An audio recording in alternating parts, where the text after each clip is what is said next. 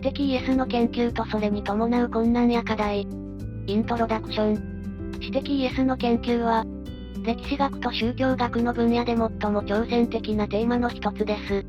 信仰の対象としてのイエス・キリストと、歴史上の人物としてのイエスを区別しながら、実在した人物としてのイエスの姿を明らかにしようとする試みには、様々な困難が伴います。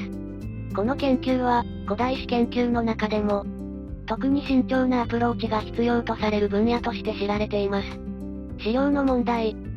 イエスのことを知りたいのだ。でも、イエス自身が書いた文章はないって本当なのだ。そうなの。イエスが直接書き残した文書は一切存在していないの。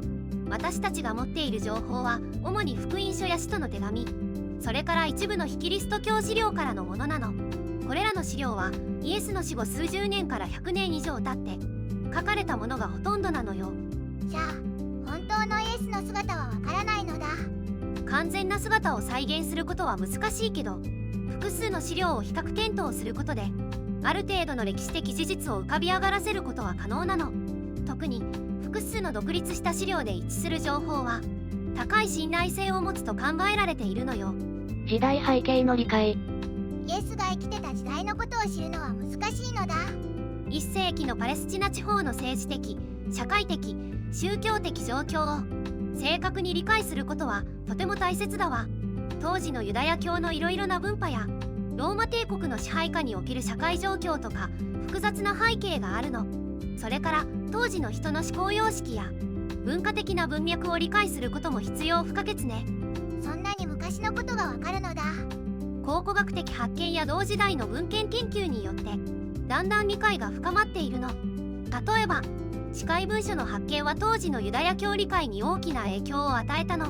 それから最新の考古学的発掘調査で1世紀のガリラヤやエルサレムの様子が少しずつ明らかになってきているのよ。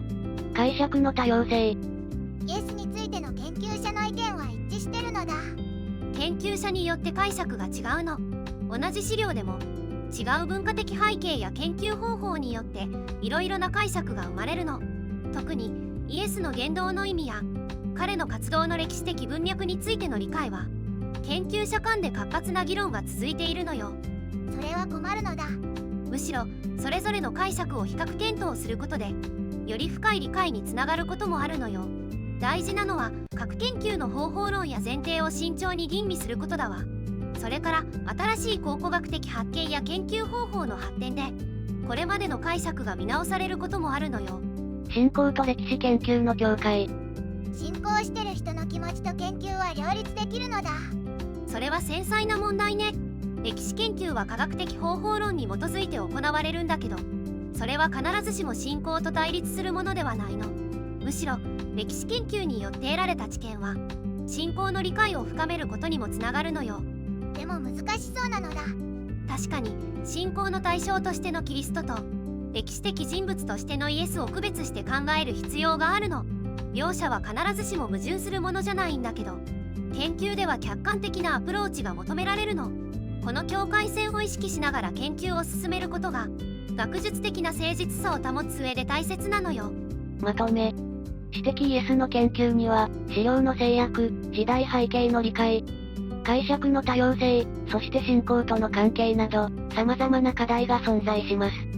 しかしこれらの困難に直面しながらも新しい研究方法や発見によって徐々に理解が深まっています。重要なのはこれらの課題を認識しながら慎重かつ体系的なアプローチを続けることです。今日の動画はここまで。最後まで見てくれてありがとうございました。このチャンネルでは歴史上の人物に関する情報を5分以内の短くまとめた動画を毎日投稿中。歴史人物に興味があるならチャンネル登録や他の動画も見てみてね。